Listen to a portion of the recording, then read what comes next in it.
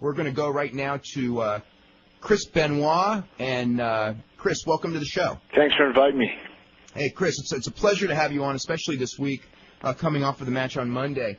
We've got a bunch of callers for you, but before, I wanted to ask you about, did you feel any unusual pressure, since it was kind of, the situation was this the most pressure-packed you had ever gone into the ring feeling, or you've been in matches that you felt more pressure under? No, there was absolutely no pressure at all. It was really was more emotional for me. I felt pressure before in different matches, but there was absolutely no pressure at all to do good or whatever. It was pure emotion. I mean, it was very, very emotional day for me, just walking into that building and being there and being in the ring with especially Brett, and it was very extremely emotional. Probably the most emotional match I've ever been in.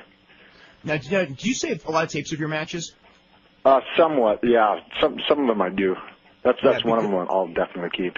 Okay, because I know that Nitro, of course, that match there was basically about 5-6 minutes of the match that were not seen on television due to a commercial break.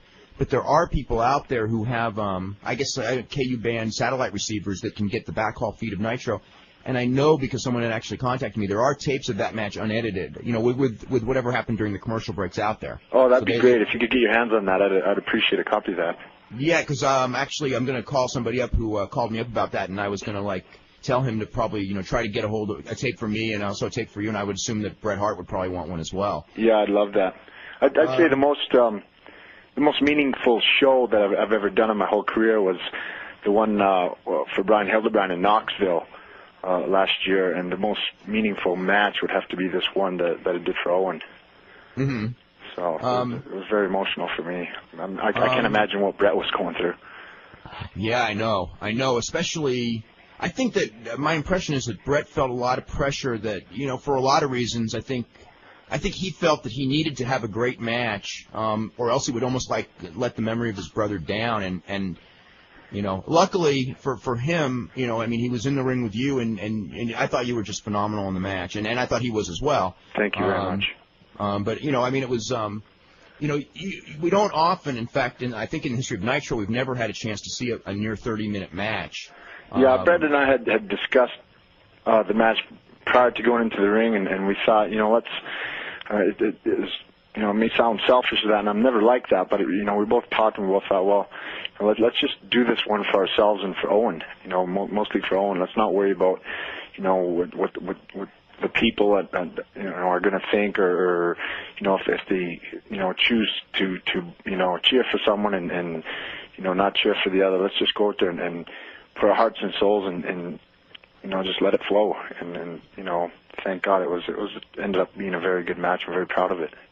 Yeah, you should be very proud of it. Let's go to the phones. We've got Leon from Brooklyn on. Hi, Dave. How's the week been?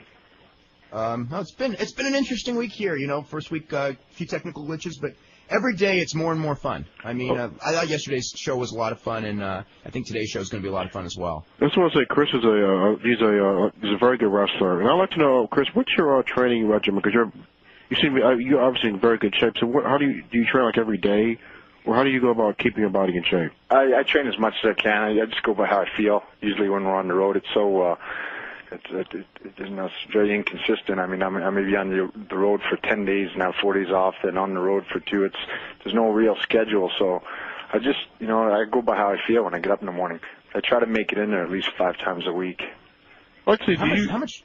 Let me ask you, how much cardio do you do, and how much weights do you do, and do you do what other and do you do anything else besides those two things? No, I just do weights and cardio really. I do a lot of stretching. I do a lot of bridges. That's one thing I've never stopped doing ever since I spent that year in Japan in the dojo. I really learned how to bridge there, and that's one thing that I do on a daily basis. But in terms of cardio, I'll do that when I feel like it, probably 2-3 times a week. But I hit the weights more hard than I do the cardio.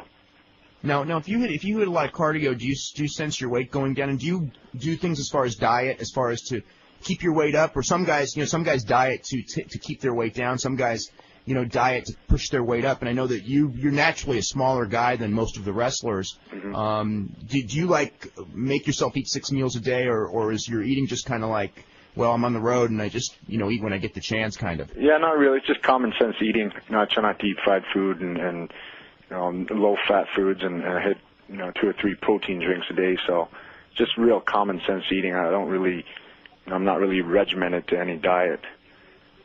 Okay, Leon, do you have more questions for Yeah, Chris? I actually have a comment. I work for Fox News, and the 2 guests are going to be Jim Varsalone with the Miami Herald. From the Fort Lauderdale or Miami Herald. Miami Herald. Yeah. And Bob Peters, I think he's a media. Media and morality. Oh, geez. Well, I kind of wish that I was on because I actually would have enjoyed debating him.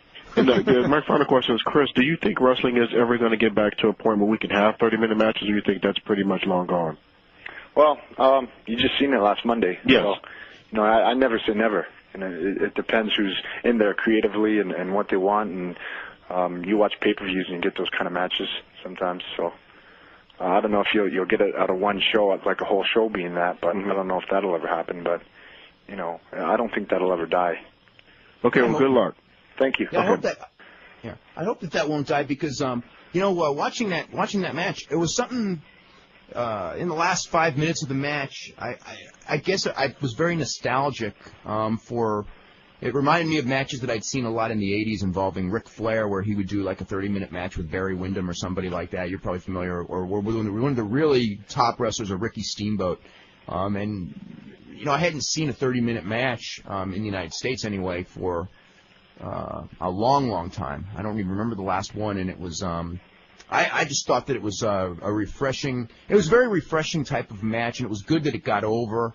Before the match, when I sort of heard how long it was, there's always that fear that, today's fan doesn't have the attention span there, sometimes on TV, you see matches go 8-9 minutes and the people lose interest. So I was glad to see how well it came across and how well it's been received ever since. Yeah, I kind of feel that the fans in a way felt the same way that Brett and I did, that it was for Owen, and it was somewhat of a tribute to Owen. So I think they appreciated it in that way also. I think the fans live really appreciate it. Let's go to John right now in Mamaroneck, New York, Dave. Mamaroneck, New York. Okay. I've been on for quite a few days. Chris, I got to tell you right now, you have to be the most solid athlete out there today. You come off as being a hybrid of Bret Hart, Dynamite Kid, and Bruiser Brody.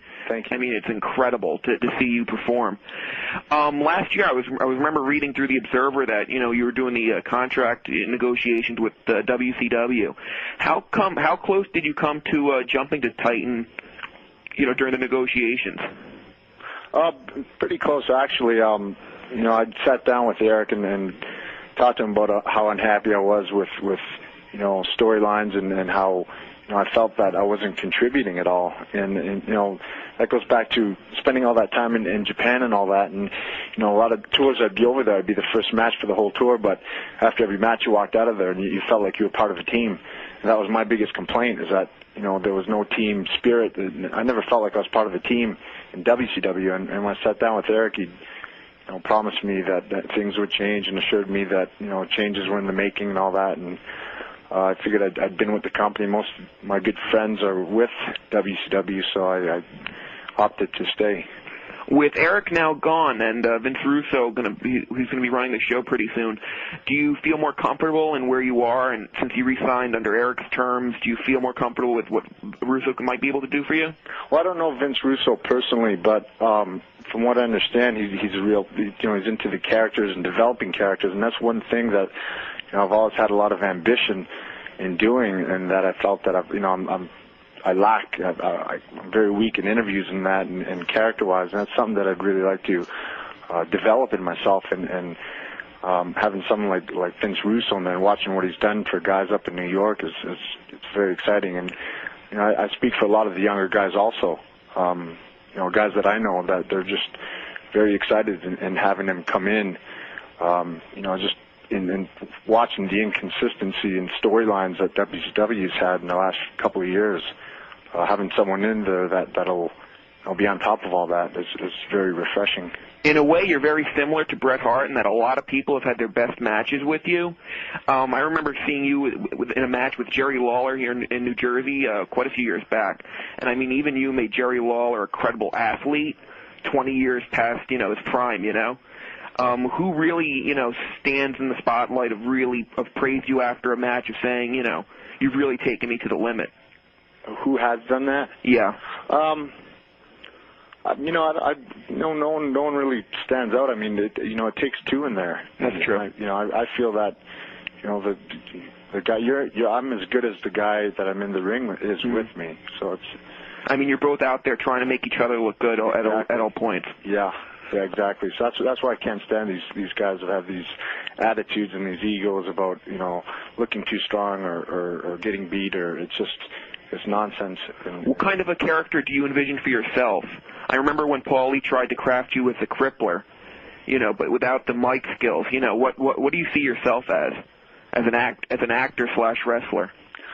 I don't know. I get a lot of people that come up to me and say, well, you should watch some Clint Eastwood movies, some Dirty Harry movies. Yeah. That's, I myself, I'd like to sit down with Vince Russo and throw some stuff around.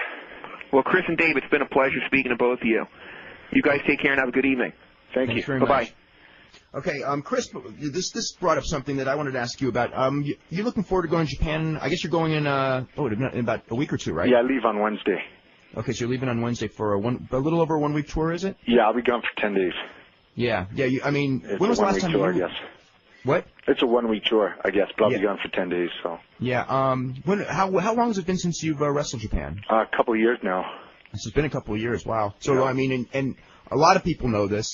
Some people may not. That a lot of your early training, you actually started with Stampede Wrestling, but very early in Chris's career, I think you were about 20 years old when you first went to Japan. Is that right? I was 19. You were 19. Wow. Yeah. And there's two things actually later in the show I want to get into how you got there in the first place, but you pretty much grew up as a disciple of the Japanese system of wrestling. One thing that was really interesting to me is I noticed, a lot of guys and like you and Eddie Guerrero, Dean Malenko, all I guess probably met in Japan and wrestled for New Japan Pro Wrestling at the same time in the same type of matches back and forth. And your matches were, middle of the card junior heavyweight matches. There was you had a few main events in Japan, but you didn't have that many. Mm-hmm. Yet it didn't seem like, and you sort of addressed this, it didn't seem like anybody was unhappy there as far as you understood that this was the position you were in. You were in there with great guys, Yushin Liger, Otani, those type of people. Yet here, it seems that there's a lot of the guys are very frustrated because they can't take, or up until this point anyway, no one has been given the chance to take the next step. What's the difference between, wrestling in Japan and the U.S. as far as that mentality? Morale, total morale. I mean, I've never worked for a company that has had as bad a morale as WCW's had in the last while, and it sucks to say that, but it's the truth. And working over in Japan, it's like I said, I go over there for some tours and be first, second match for the whole tour. But man, I'd walk out of that ring and just feel like I was on top of the world and doing what I love doing and having everyone appreciate it. And over here in WCW, it's just different. It's you get guys that change in separate locker rooms and you'd never get you get talked down to and just total. It wasn't a good atmosphere. And to me, once you take morale away, the company falls apart. We've got Luke from Arcadia, California. Go ahead, Luke. Hey, Chris. Just wanted to say it's an honor to talk to you. Thank you, Luke. Just wanted to say that your match with Bret Hart on Monday was the absolute best match I've seen all year, hands down. I appreciate that. Thank you very much. Like I said before, it meant a lot to me, so to hear that is a great compliment. Thank you. Because it just totally reinstilled my faith in pro wrestling. Thank you very much. I think you and Bret should really be congratulated for that. Thank you. I guess what my question is with Russo and Ferrara coming in, it looks like WCW might be getting ready to make a run at catching the WWF in the ratings. I guess if there's one thing that you could pick that WCW isn't doing right now that they should be doing, what would that be? Right now? Yeah. Lack of leadership. I mean, there's too many guys making decisions, and there's lack of direction, which causes lack of direction, I guess. There's you go to one person and get one answer, and to another person get a totally opposite answer, and not know which way to go. So it's lack of direction. Okay. Is that it? I had a question for Dave. Sure. Do you guys plan on putting up archives of the old shows? Of these shows, I believe that there's a plan to do that. I'm not sure how everything's working technically in New York right now, but yeah, I mean that's been discussed with me, and I know that the plan certainly is to keep these shows available, where like you don't have to listen to it from 6 to 8. You know, you could get it any time during the day. But Okay. I'm pretty sure that is going to happen. Yeah. Dave, I don't mean to butt in. Well, This I is really enjoyed the Alan, New show, York and here. Chris, We we'll get hope talking to have to the you. archives up Thanks a lot. sometime, either if not tonight, without a doubt by early next week. Hopefully by Monday, if not Tuesday at the latest.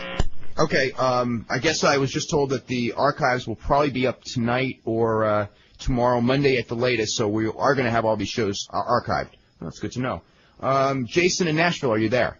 Yeah, I had a couple questions for Chris, but first comment, he said he didn't feel he was real strong on interviews, but I thought the one time he was given a chance during the Kevin Sullivan feud, he was great, especially that interview in the restaurant where he said, how does it feel to be a loser? But I thought he was really good the times he was given a chance on interviews. The questions I had were about Japan. How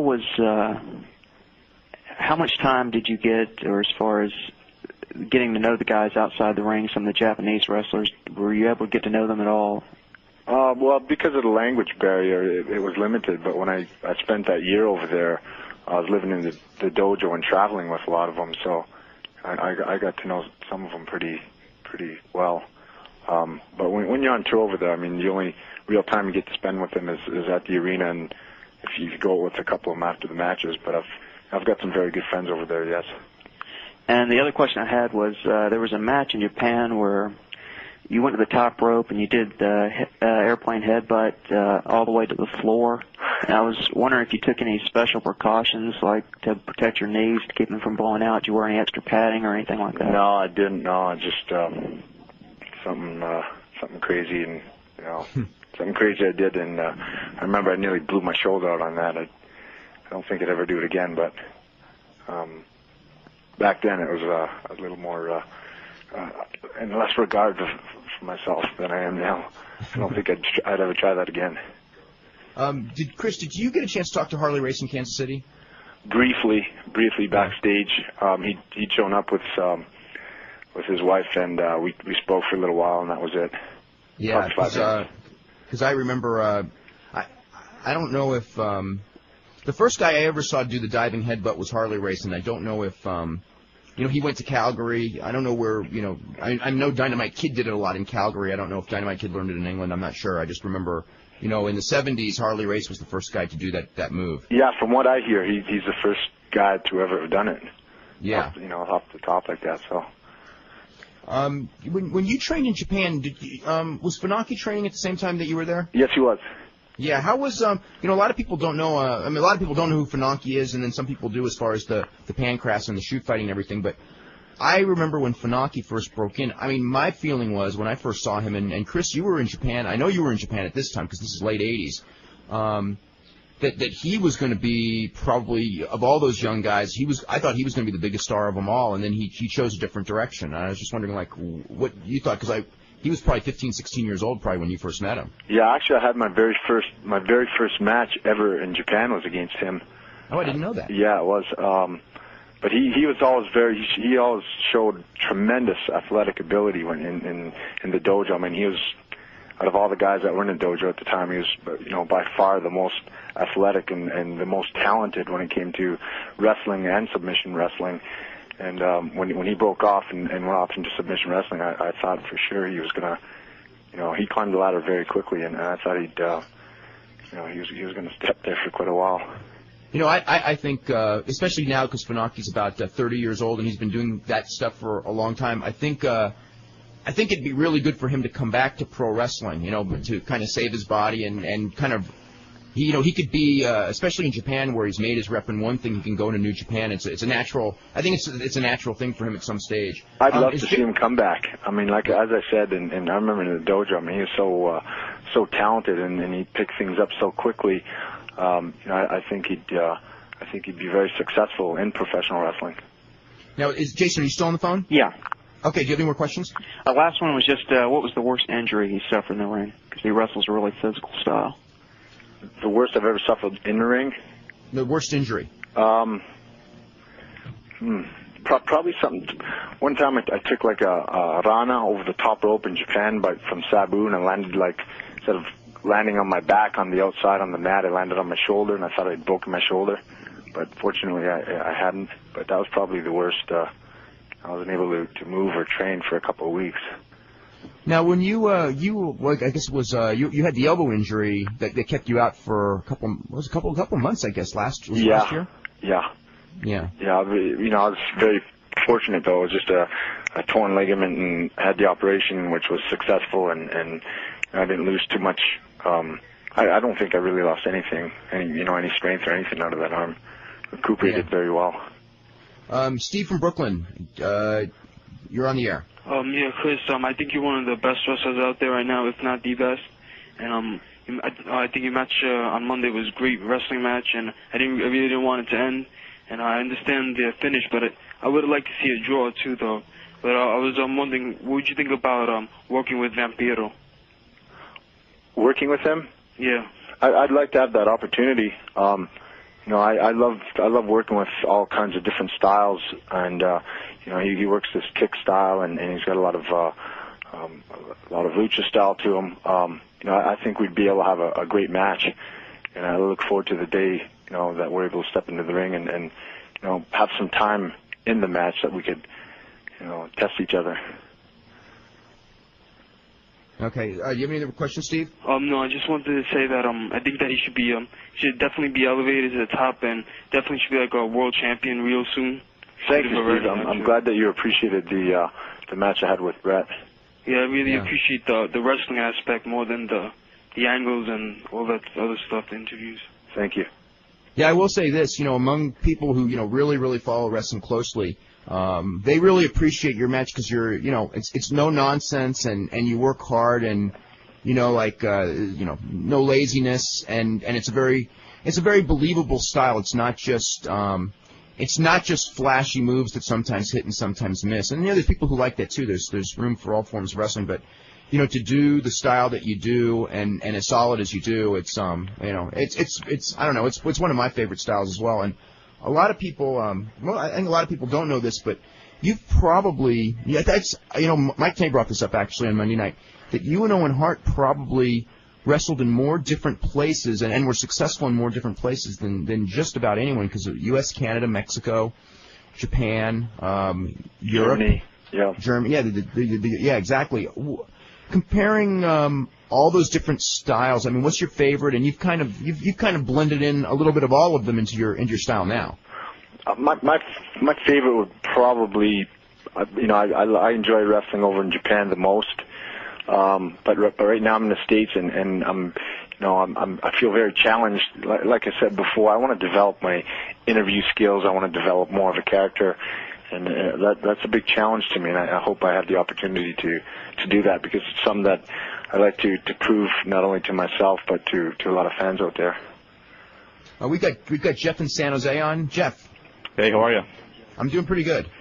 Yeah, Chris, you're always getting compared to the Dynamite Kid of the '80s, which is a great compliment. But I'm wondering, I watch you all these diving headbutts, off the top of the cage. I'm wondering, are you concerned you can end up like the Dynamite Kid of the '90s, which is, of course, combined to a wheelchair, due in part to all the crazy bumps he's taken over the years? If it's a matter of over time, over taking bumps over a period of years, I don't think so. I try to really take care of myself, and I watch my diet, and I take supplements, and when I'm injured, I nurse the injury. In terms of something weird or something freaky happening, that's totally unforeseen, and stuff like that does happen. Did you have any thoughts when you got the news about Darren Drozdoff or anything like that? I mean, was it in the? I guess the guys haven't. Have you wrestled since Tuesday night?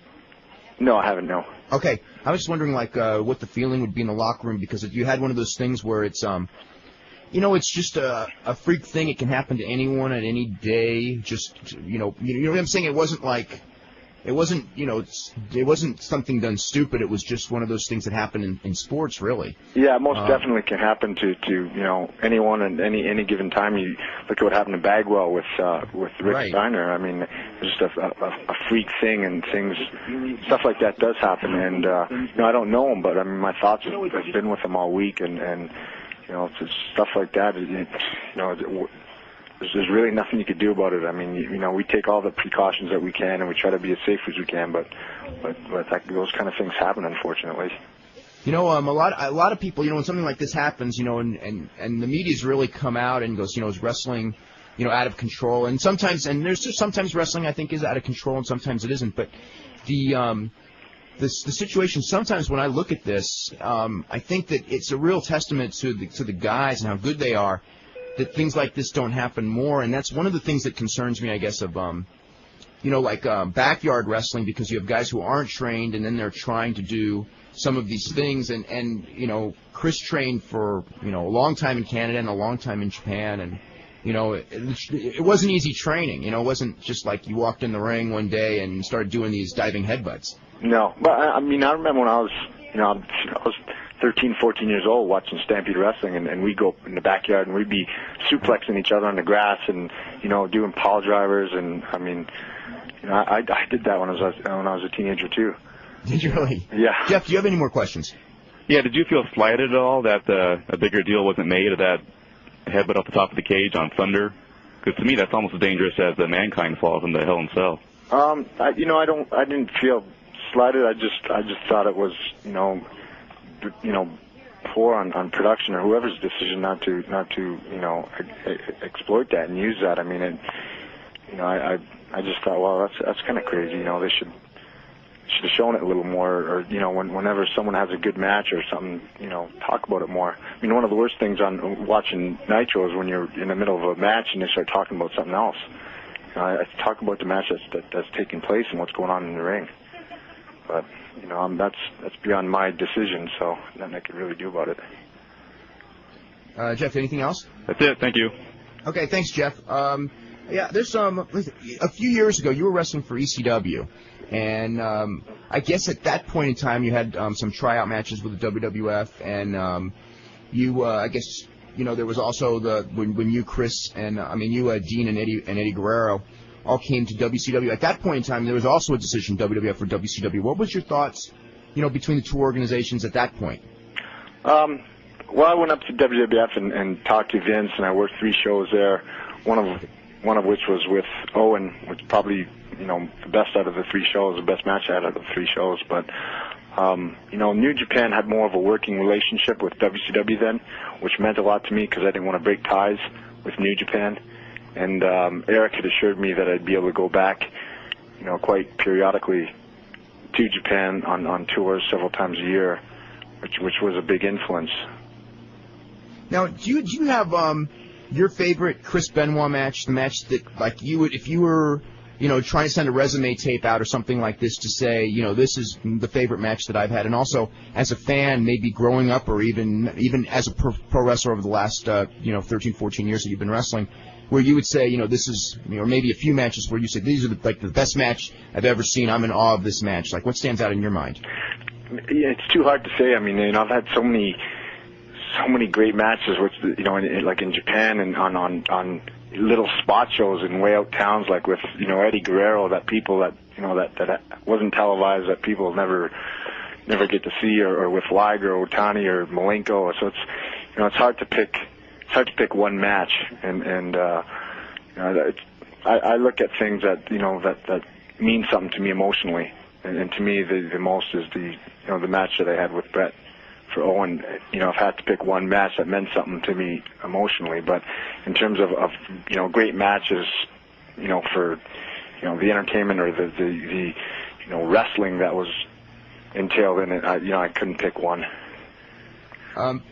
What did you ever, when you were wrestling in Mexico, you never met Rey Mysterio Jr. at that point, did you? No. Okay. No. The first time that you would have met him when he first came to WCW in that maybe Baltimore pay-per-view? No, it was in Japan. It was in Japan. Okay. Yeah, it was for, I guess, a junior tournament or something. And so you were in that Super J Cup where he wrestled Psychosis. Yeah, that was it. That was the first time I'd ever seen him, and I was just wow. Now, because I just remember the first time that I met Rey Mysterio Jr. and he was probably 14, 15 years old, and it sort of reminded me of people whenever the first time they see him, not wrestling, but the first time you see him, because he was actually not wrestling on the show. I saw he was walking, just walking in the stands, and somebody goes, "Oh, that's Colibri," which was the name that he wrestled, and he was maybe, I don't know, 110 pounds. And your thought of what a pro wrestler looks like, I'm going like, are you ribbing me? You know what I mean? Yeah. Like, what was your reaction? Because, as far as, there have been smaller guys in, the original Tiger Mask, and Liger's was short, although he's very powerful. To see a guy that size, was it just basically that you heard enough about him, or did you just, was there a momentary go, wait a minute, I've heard this name, but he's a little too small, or was it just, oh no, I know about this guy, or I've seen him on tape, and he's phenomenal, and not even give a second thought? No, I don't really think of it like that. I find wrestling it's a form of art, and I don't look at people based on their size or anything like that. I base it on their ability and what they could do in there. And I've been a Rey Mysterio fan ever since the first time I seen him in the ring. I've been a Psychosis fan ever since the first time I seen him in the ring, which was with Rey Mysterio. They just complement each other so well. But I judge based on ability and not on size. So whether he's 6'10" or 5 feet or whatever he may be. Anywhere in between. I base it on their athletic ability and what they can do in the ring. Yeah, I remember in Mexico, and I don't know if you ever wrestled him. You may have. There was a wrestler, Super Astro, who was actually, I think, shorter than Rey Mysterio Jr. And the first time I saw him, it was just like, wow, this guy. There was no question that he belonged, and he was great. Yeah. Did you ever wrestle him or see him? Yeah, I've wrestled with him before. Yeah. So, getting in the ring, especially going down there, was such a shock. I'd come out of, doing a 3-4 week tour in Japan and go right down there, and it's what a difference, contrast in styles, and that's extremely huge learning experience spending that time down there in Mexico. We're going to go right to the calls in just a second, but before we do, Chris, I want to talk to you about a real good friend of yours, Brian Hildebrand, and just some comments on Brian. I know that you were probably as close to him as just about anyone in the wrestling business. Yeah, Brian was without a doubt, the most inspirational person I've ever met. Just being around him, he never complained once about anything. Just loved life and lived life, and I got a lot of respect and a lot of admiration for people like that. There's so many people around that whine and complain about little things, and it's constant. And Brian was just, an outgoing guy who was, a very true person. Yeah, the one thing that I remember with Brian, I talked to him, several times. He never complained, and he was always, talking about, it was always like there wasn't even in his voice. He didn't even quiver or waver of, I'm going to be back. I'm going to be back on Nitro in 4 weeks, 5 weeks. And I would feel sad and he would just go, hey, don't worry, I'll be back. I'll be on TV in 2 months, back at work. And it was very inspiring to me as well. And I know, that you saw him in Cincinnati, and then again at that show in Ross Raver, Pennsylvania, and that was a really great night. I thought that was one of the best nights of the year for wrestling, and I missed Knoxville, but in Ross Raver, PA, because it was like a whole bunch of guys from different companies, Mick Foley and Chris Jericho, and I don't want to slide anyone, D'Lo Brown, Eddie Guerrero, Dean Malenko, yourself, Shane Douglas, and so many of the other guys. They were all together, and it had nothing to do with politics of wrestling, and it had nothing really to do with money or anything like that. Everybody just wanted, to show their appreciation for Brian. Yeah, it was truly, truly a moment in my career, a moment in wrestling, for that matter, that'll never be forgotten. And it's great, even when we do the Brian Pillman memorials, to have all the guys come together like that with no politics and no ulterior motives, just going out there for a cause is something that's really incredible. Yeah, let's go to Scott in Philadelphia. Hey, Dave. Hey, Chris. How you doing? Good. Hey, how you doing, Scott? Good. Very well. Very well. Hey, Chris. I'm going to name say, a half a dozen guys, and tell me how many of these 6 guys you would feel real good about trading clean wins with. Eddie Guerrero, Dean Malenko, Juventud Guerrera, Billy Kidman, Psychosis, Rey Mysterio Jr. Would you say 6? Oh yeah, most definitely. You know, and I really hope that that they realize that at the company, and that they, you know, in an era when there's a lot of people who are really concerned about being on the losing end. And I personally, in Japan, I thought it was amazing to watch Bam Bam Bigelow and how he could, you know, lose cleanly in the middle of the ring and get over stronger after the match. You know, and I think he was sort of a classic example of somebody who had an ability to do that. But yeah, a lot of people whine these days, but I think I've always been amazed. They've got an opportunity to have clean falls all the time with about at least probably a dozen guys in that area who would be happy to you know, trade them back and forth with each other. Yeah, well, my perspective is from my experience in Japan. If you get enough time in the ring, it don't matter whether you win or lose. You know, you should be able to showcase your ability and get over that way. And from my experience in the States here, you know, if you're involved in a good storyline and it means something, it don't matter if you win or lose. Wouldn't it be nice if you could sort of help to redefine, you know, unfortunately with this competitive television situation between the two big companies, you know, as Vince Russo was saying yesterday, there's a need in the matches to have it basically go spot, spot, spot, spot, spot, and just keep moving. And he basically said anything more than a 15-second rest hold or, you know, slow point, people are changing channels.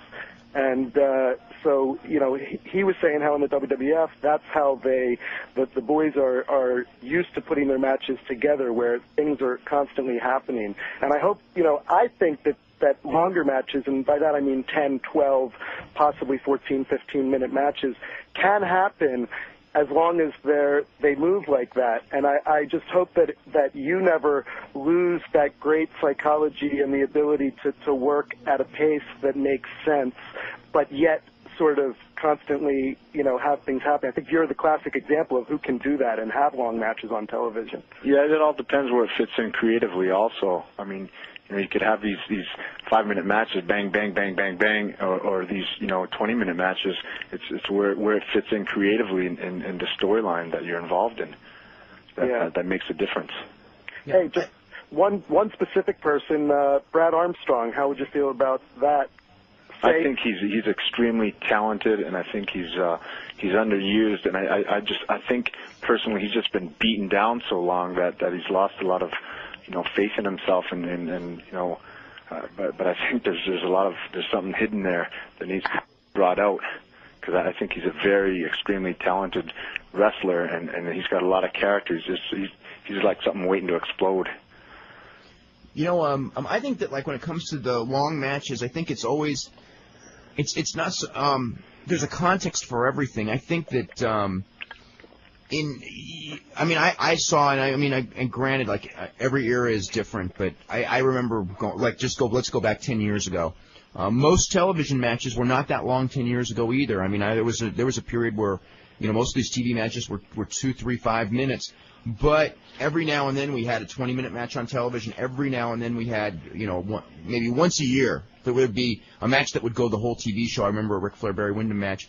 And because it did, and because it was a break from the norm, everyone talked about it. And your match on Monday, I mean, by far, you know, this whole week is the most talked about thing on television as far as wrestling matches go. I mean, and it's because it was a break from the norm. And I think that, like, you know, there's rules in wrestling, and every rule at some point should be broken. That's the diversity of it. Yeah, you know, I'm just giving you my perspective right now, but you know what I think in a wrestling show of nowadays, you know, I think those, you know, short matches are great, and like you said, every once in a while throw in a long match. But, you know, I think to keep the people captivated, because there's so many different wrestlers, there's so many different characters, there's so many different styles. You show those short, explosive matches, but, you know, every once in a while it's good to throw in one of those long matches. Let's go to Ada in Baltimore right now. Hey guys. Hey Chris.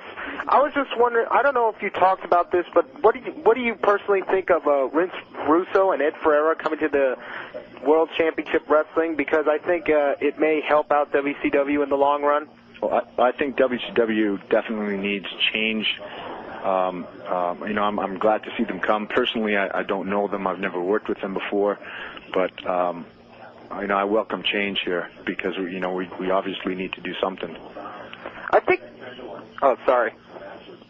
Well, I think the biggest concern is now that WCW might go away from a really wrestling aspect to more of a sports entertainment aspect with the WWF, because if you know that Vince Russo actually was one of the guys who helped resurge the WWF, but it was he did a more sports entertainment-ish approach and not a wrestling approach. Yeah, but you're talking about guys that are dealing in the business now, and I'm sure Vince Russo and Ferrara, they're smart enough to fine-tune it as they go along, and if they see something not working, they're going to change it and make it work. And that's what was wrong with our show for so long. There were certain things that were so obviously wrong, and they never changed. We're talking about some different guys here that have done tremendous amount of business for WWF, and they're coming into WCW now. I'm sure they'll fine-tune whatever they have to fine-tune. I hope they do. I'm looking forward to meeting them and sitting down and talking to them and discussing what their plans are. Let's go to someone from your neck of the woods, and this is we've been doing this show for 1 week, and this is our first international caller, Steve from Calgary, Alberta, Canada. How you doing, Steve? Good. First off, I'd like to say hello to Chris, and I'd like to ask him a couple questions. I've been a follower of his since his early Stampede Wrestling days. I remember him walking around the ring when he was a young boy there, and I'm just thoroughly impressed with what he's been able to accomplish the last 10, 12 years. One question I'd like to ask you, Chris, is I don't know if you remember or not, but back in '87 at World's Gym when you had a little altercation with Johnny Smith there, I used to work out there, and I saw you guys going at it. Inside of World's Gym? It was World's Gym on 58th Avenue. I guess I'm going back too far, but I don't think I've always been. It looked very like it good was friends a with Johnny genuine Smith, feud and we've always that you respected two each had other. there, not only in the ring but out of the ring. Pardon me? It sounded like it was a genuine feud you had in the ring and out of the ring. No, I don't believe that ever happened with Johnny Smith. With Johnny Smith? Okay. Anyway, the other question is, I've been listening to you talk on the radio shows for the last little while, and of all the wrestlers out there, I have the utmost respect on the way you answer and you treat all your fans and your hosts. Oh, thank you very much. I'd like to wish you the best of success and luck, and hopefully one day WCW will be coming to Calgary again, or coming to Calgary once. Yeah, I'd like to see that. I'd like to see them go to Vancouver, Calgary, Edmonton, Regina, Saskatoon. I'd like to see them hit the Western provinces. For all your fans to see you in action again. I'd love to come out there. I don't know why they haven't gone out there yet. I thought they'd go out there for sure when Brett first came to WCW. And for sure, it's untapped territory up here. Come on up. Banging my head on the wall when they didn't take advantage of that. Yeah, especially remember that show in Toronto was the first show in Toronto to me was such a huge success. Yeah. I mean that was one of the most lively crowds they ever had for Nitro, packed house, huge gate. And you see that, and it's like there's plenty of other cities in that country that would have welcomed Calgary, Edmonton, Vancouver. Those are all pretty hot wrestling cities right now. Well, especially now in the States for WCW, a lot of our house shows are down. I mean, a lot of our house shows are less than half of what they were at one time of what I've seen, and I think to go up there, I mean, you go up into Canada where it's totally virgin territory for WCW. I think it's a great opportunity. I don't understand why they don't take advantage of it. The other thing I'd like to say is this, following wrestling as long as I have, my dad used to be Stu Hart's mechanic back in the 60s. I've been following it a long time. Wrestlers come and go, game plans come and go, storylines come and go. But what keeps the sport so great is the true talent of the professionals. And I think it's just a short phase that it's sports entertainment now, but the wrestling will in the near future. People are getting tired of this crap. We want to see the athletes go at it. And I think there's always going to be a part of wrestling where you have the best athletes are always going to rise to the top, but there's always going to be entertainment because it's just inherent in and the entertainment's going to get wilder and wilder. If you go back to the 50s, it was very tame compared to now, and it's just an evolution process. Wrestling's going to be, it's always going to be edgy entertainment, but the great athletic ability is always going to be appreciated by a lot of the fans, especially I think when you have fans that have been fans for more than, like the first year or two, I think people are drawn in by just the craziness and the wildness of it. But once you're about a fan about 3 years, you all of a sudden start noticing, this match is good and this match isn't, and why is it? And that's why those kind of guys will always rise, hopefully to the top, but certainly close to the top. Well, I won't take any more of your time. It's been the pleasure's been all mine, and I'll keep listening to your show and pass the word around up in Calgary here. Okay, thanks very much. Chris, did you ever see the Wrestling with Shadows documentary? Yeah, several times. Okay, what did you think of? What did you think of it as far as a movie? What did you think of it as far as everything that went down? Or if you really, because to me it was when I first saw it, the one thing that I have to say is it was the first thing I had ever seen produced on wrestling where when I watched it, I said, that's really wrestling. I mean, it's like good and bad. That's really wrestling. I thought they got a real essence of, and you know that family, better than I do. And it's quite an interesting thing. You've been in the house and everything like that. I thought it was a well-produced documentary. Yeah, I thought it was great. And I'm being a wrestling fan. It's hard for me to say, but just in watching it, I'd imagine even people that aren't wrestling fans could get into the story of it behind it. And I thought it was very, well put together, well done. I've watched it several times, and I'm certainly going to watch it several more times. Yeah. Now, what actually, when you were starting out, what, about age of 17 with Stampede Wrestling, 18 maybe? Yeah, my first match I was 18. I started going down to Stu's about 17. And about a year later, you got your first break to Japan. How did that materialize? You were just working the Stampede circuit with Keith and Bruce Hart, and had Owen started? Or did you actually start before Owen? I started before Owen.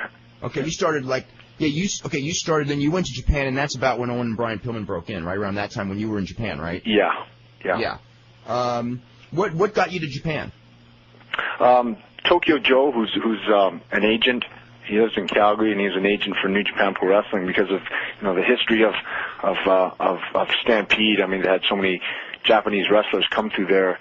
They did a lot of work with sending wrestlers over. Dynamite and Davey and Brett and Bruce had all gone over there, and Tokyo Joe lived in Calgary, and him and Bad News Allen actually put the deal together for me. Bad News was going to Japan quite regularly back then, and they both approached me and asked me if I'd like to go over there and train, and I was just all over it. Because it's not like no one's ever done it. Because I know Brian Adams, Daryl Peterson, there are probably a couple of other guys when you were there that were training in Japan, but it wasn't usual either. It wasn't like a lot of guys got that chance. No, it was a very unusual opportunity, and having growing up as a teenager watching all these tapes from Japan of Dynamite over there and Davey and Brett and all the heroes that I'd watched for years. I thought this is something that I'd really like to do. Okay, Chris, we've got to go to a break. The producer wants to talk to you, wants to get a little bit of information on you. And, Chris, I want to thank you very much for being here and for answering the questions, as directly as you did and everything. And everyone that, called in, I think they really appreciate talking to you. And, the best of luck. I hope that the change with Vince Russo, he was on the show yesterday. He was very much praising you, Eddie Guerrero, Ernest Miller, and Buff Bagwell were the ones that he said were the ones that he thought he could really take to the top of the company. And I hope in your case he really delivers on that one because, you've worked hard for this for 14, 15 years and without complaining or anything like that. You've done your job night after night under good circumstances and bad. And I as a fan, I've always appreciated, watching your matches. Thank you very much. That's a nice compliment. Thank you.